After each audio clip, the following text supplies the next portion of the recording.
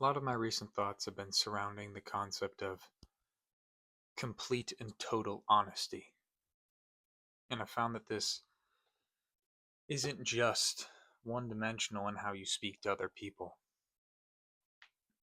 I would like to think that it is about that. And every time I return to the argument of just always being open and blunt, not even blunt, but truly honest about what's going on, no matter the scenario, no matter who it is, actually embracing brutal, truthful honesty with other people, no matter what it is, it makes me terrified. And I'm not someone who is a compulsive liar at every moment, but white lies when when maybe I could instead be vulnerable. And unfortunately, it's a little bit more than the hey, you want to come to this party? Oh no, I got an excuse that I'm spitting out.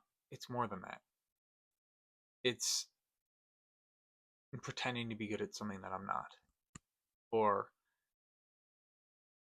not admitting when I've made a mistake, or when I feel inept, or when someone just asks, "How you doing, man?" I don't think that's just me, but a lot of these common occurrences across people, it feels lonely. And I'd like to think it's not lonely. I'm reading a book currently, a great book I'd recommend to anybody, called No More Mr. Nice Guy by Dr. Robert Glover. And the idea of nice guys is people who essentially have built a facade of themselves, trying to, it's much deeper than this, but trying to appease those around them by suppressing their needs in a way that makes them seem noble, but also trying to receive them through suppression. And there's other specific ways that they might go about it, but what I really connected to that was, if you are suppressing yourself so deeply, you're not yourself. And if you've built a character that everybody knows and you're able to perform without even pretending to perform, or without even getting into the character, that is who you are. But that is who you're presenting. And the issue is, you don't know that you're presenting something. It is who you have become, even though it might not actually be who you are. And that, reflecting last night during my journal, I believe I have some of those tendencies, which is vulnerable for me to say, especially putting it on the internet. I hope in X amount of time I'm not super nervous about this, but I guess this is a step in the right direction. But journaling last night, I sort of reflected on that, knowing that I might have some nice guy tendencies, as Dr. Glover puts it. And I might suppress some of my needs or desires or necessary things that I think are human, and have essentially just pushed people away. Not directly, but not allowed them to be more involved with me. And I don't think that's rare. Again, I think it's human. I don't think you have to be the stereotypical nice guy to have the tendencies of nice guys. Which seems silly, because being a nice guy is often a good thing. And I still would argue that it is. But it's essentially putting other people higher than yourself. But it's narcissistic. My point. I think it's sad, which was an odd revelation, as I'm trying to understand my emotions more, but just emotions in general more. And I think it's sad because I'm 22 years old. And if I have a facade that I'm showing to other people, even myself, I don't know who I am. And as someone who's always prided myself on being true to who I am, and I always know that I'm being myself and I'm not going to compromise that, I'm not compromising the character that I've made. And I don't think this is. I I don't think this is the life that I would like. I don't want to wake up when I'm 35 and realize I'm not. Even that doesn't make sense. You can't not be who you are, but uh, what I'm getting at.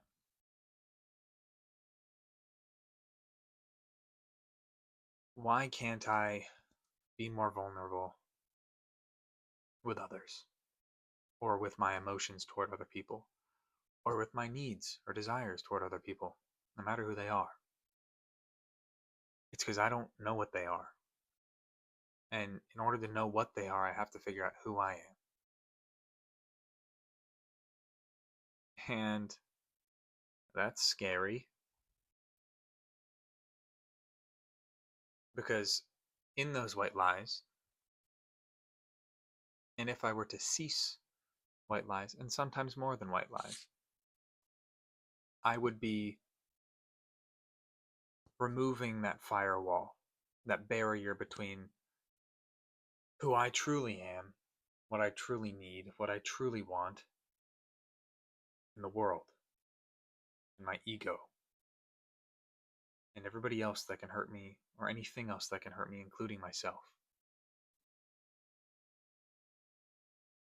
And a word that I've been overly obsessed with recently, vulnerability, would seep in, and I'd have to accept it.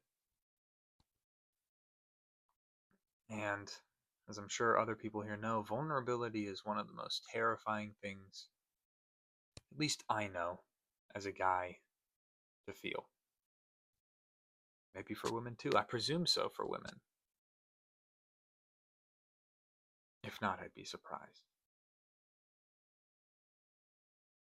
But to embrace vulnerability, now that's scary. To choose to actively become vulnerable, that's terrifying. You have to convince yourself that that's something that you want to do, and then you actually have to take action in beginning that process.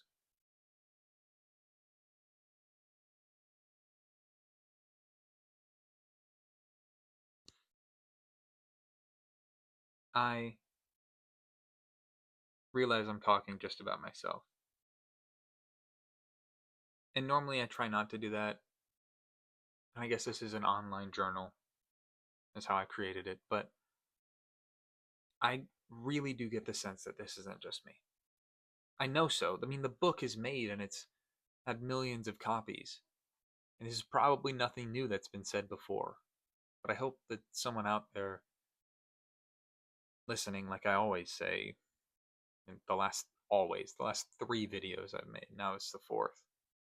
I hope someone else hears this and goes, whoa, maybe I can do that too. And by the way, two is a kind word there, because I'm barely getting started.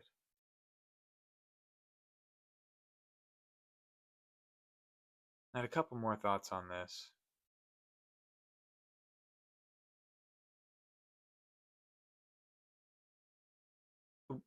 Another part about being sad. I'm sad for myself that I haven't had the opportunity to live through life as the person that I think I should be. Wrong. As would be true to myself, the true version of myself. I was not able to live through the life that I have been given as the true version of myself. I have not been able to interact with the same people, places, things, realities, opportunities in the way that I maybe should have. And That sucks. It's sad. But the thing that really made me sad was the people that I know I still love. They didn't get to see me either.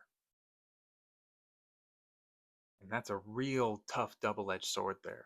Because I actively chose for them not to see who I was. Whether it was passive in the moment, it was an active decision at some point in my life. Defense mechanisms built, or whatever it was, I ended up deciding that I didn't want them to know me. I didn't want them to truly see what's going on in there. And it would have made it so much better. But it would have also allowed me to be closer with them. I got a couple more alsos. It would have also allowed them to see me, like I said. But the real one is it would have also allowed them to help me or treat me in ways that they might have genuinely wanted to. It would have given them the opportunity to see me and decide to be different for me, to allow them to help me, or just to be kind in different ways, or them to show their love in ways that is more true to them. Instead of me withholding the truth, causing them to indirectly be manipulated to withhold them their true selves because I wasn't giving them the opportunity to. And man, does that suck.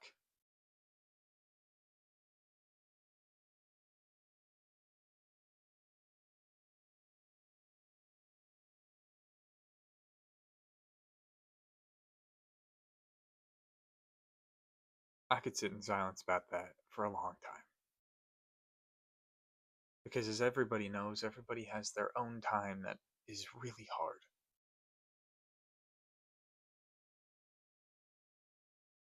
And I could have used it.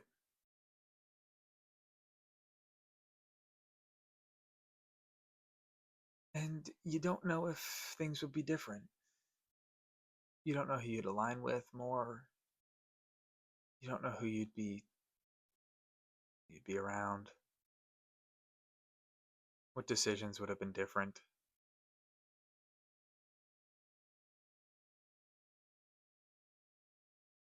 And it feels like I lost the life that I should have had so far.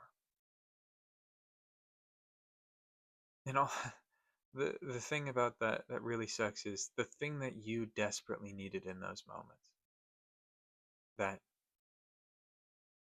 you searched so hard for, that you tried to subtly hint towards, that you could maybe need this thing. What you gave to others that you secretly desired yourself.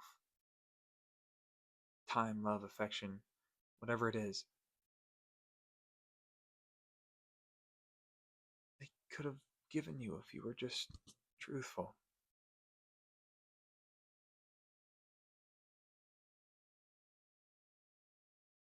And it's not about receiving,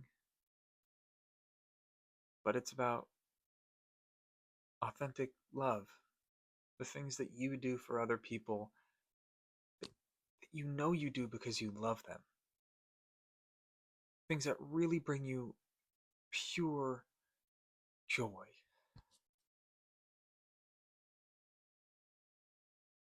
That's lost for them. You robbed them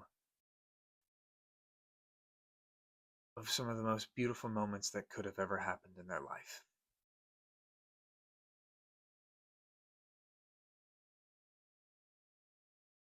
Oh. And uh, you being so selfish because you are so scared of being true to yourself and vulnerable and not falling into your fear, you did that.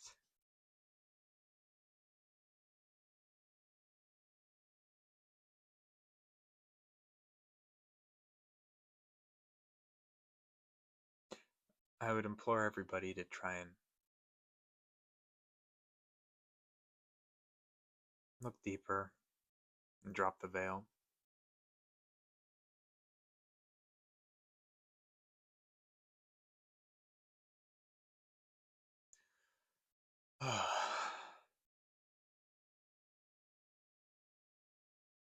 It's really scary to peel back the layer that you've been hiding yourself from you. Not sure if that made sense. But do it in time. Look for it, look around. A lot of your beliefs will change about a lot of things. And if you're ever tired of thinking, look in, drop the layer, and there will be tons of new thoughts available for you. Now, they're all terrifying, but they're ready to be embraced.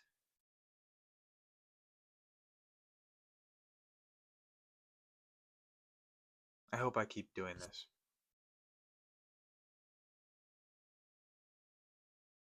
And I hope this means something to someone out there.